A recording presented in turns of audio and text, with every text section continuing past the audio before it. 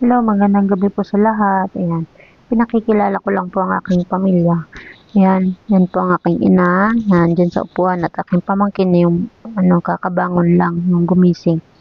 Ako po isang OFW, meron po kaming CCTV sa loob ng bahay, pinalagyan ko po para mamonitor ko po sila sa lahat ng mga pinagagawa nila.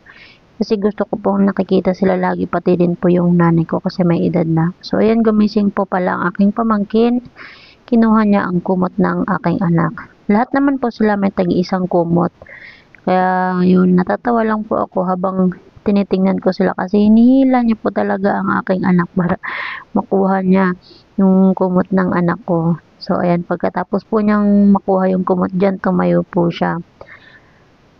Natutuwa lang ako kasi 'di ba nga po nakikita natin dati kung ano lang sulat-sulat lang. Tas 'yun nung pagbangon po niya maya-maya bumangon din po yung anak ko.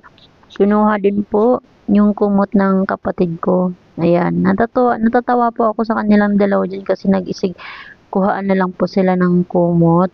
Tapos yung kapatid ko kinuhaan din ng anak ko ng kumot. May kumot din naman po ang kapatid ko diyan.